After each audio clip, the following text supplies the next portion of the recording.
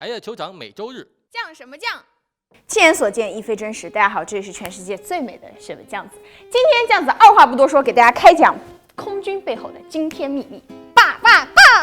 在开始说之前，请问都是谁在那里疯狂的私信酱子要空军小姐姐的故事？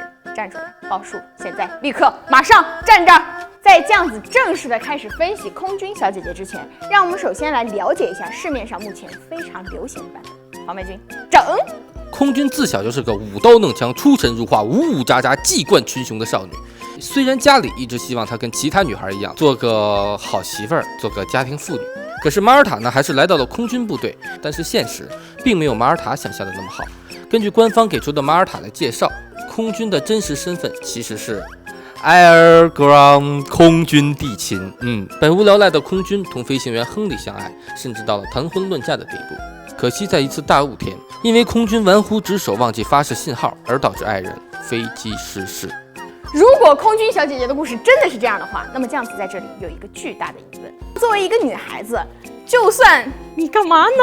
空军小姐姐，就算你平时再怎么玩忽职守，在这种雾天，自己的男朋友起飞紧急降落之时，应该比谁都紧张才对，是吧？空军。他说是，而亨利又为什么会在一个雾天的清晨起飞呢？然而，酱子是一个讲道理的女人，所以根据最后一条推演结果，我们可以得知，亨利在死前驾驶的是一辆滑翔机。然而，这辆滑翔机成为了我们整个故事的重大突破口。由此，酱子得出了以下两种推测。推测一，我们可以从厂长自焚的这篇报道日期得知，看见吗？在这儿。可以得知，厂长事件发生在1910年左右。那么，以这段时间为基准，我们可以推测到，庄园这场游戏发生的时间大概是在上个世纪30年代左右。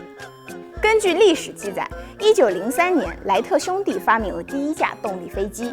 随着动力飞机一步步的发展，滑翔机作为无动力飞行器，主要用途则是以飞行训练或者是体育训练为主。1918年，英国空军成立之初，全军只有20架飞机，在二战前大概也只有1911架飞机。然而，想成为空军的人却有数十万人之多。由此可见，能够成为一名飞行员绝对是万里挑一。因此，我们推断，一直在驾驶着滑翔机的亨利，并不是空军正式飞行员，而是一名飞行学员。根据第7条推演，日记3，母亲说亨利是一个不错的结婚对象，她说的没错，但身份或财产并不是他最大的优势。因此，我们可以得知，亨利在部队的表现非常优秀。面对着僧多飞机少的局面，只有最优秀的学员才能最终成为飞行员，所以我们优秀的亨利就成为了众多学员眼中的眼中钉。在一个起雾的清晨，亨利的同僚残忍地杀死了亨利，并将其绑上了滑翔机。这也就解释了我们的空军小姐姐为什么对自己男友的生死毫不关心，而机场监控室没有收到任何求助信号的原因。很可能是因为亨利在这个时候早已经离开了人世，这样也解释了亨利为什么会选择一个大雾天开着自己的滑翔机出去飞。推测2，根据第9条推演，亨利拿着一张滑翔机图纸向马尔塔解释着什么。我们可以从这里看出，亨利在私底下偷偷地教授空军飞行技巧。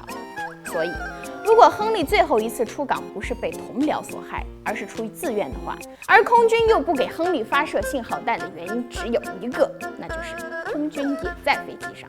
纸上谈兵，终觉得差点意思。想要真正的学会飞行，必须亲自驾驶才可以。所以，我们很有理由的推想，亨利和空军很有可能经常利用着雾天，偷偷的训练飞行。想要学会飞行，必须亲自驾驶。因此，亨利和空军很可能常常在雾天避开人群，偷偷的训练飞行。而这一天，很可能就是因为环境的原因，也有可能是有人利用了这一点，偷偷的给飞机动了手脚，导致飞机失控。关键时刻，亨利为了保护空军，将其推下飞机。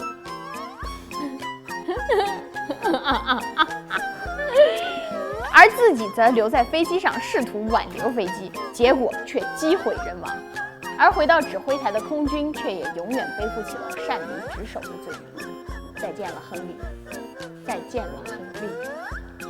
关于空军到底有没有擅离职守，这个说法主要来自第10条推论，我给大家念一下。第10条推论是这样的：哦，女人总是这样，一份没意思的工作，一个心不在焉的员工。而这2句话细细的品味下来，与其说是表明空军的擅离职守，不如理解成那个时代对于女性的职业歧视，或者是《琼楼遗恨》皮肤同名电影的女主的性格来说，以及历史上最早成为女空军的女性们，她们都是万里挑一，曾改变世界的优秀女性。所以，如此独立且目标明确的马耳他是绝对不可能放弃如此珍贵的成为空军的机会的。虽然以上都是酱子的推论，但是酱子更愿意相信，亨利的死因背后是因为对于马耳他深深的爱。所以，本酱绝对不允许任何人往马耳他小姐姐头上扣屎盆子。不背锅，不背锅。你以为故事到这里就结束了吗？并没有，毕竟酱子是一个讲道理的女人。所以，如果你有其他的想法或者是故事，欢迎留言、弹幕评论，去告诉酱子，酱子会抽2个酱油的故事公布在下期的视频。如果你喜欢酱子给你说的故事的话，欢迎点赞、评论、关注、转发、弹幕、留言、收藏、投币，然后我会抽2个幸运的酱油送酱子光天使。这期的节目到这里就要和大家说再见了，拜拜。最后，我再问最后的最后一句，下一期的故事你们想看谁？酱子的故事。玩手游就看哎呀酋长。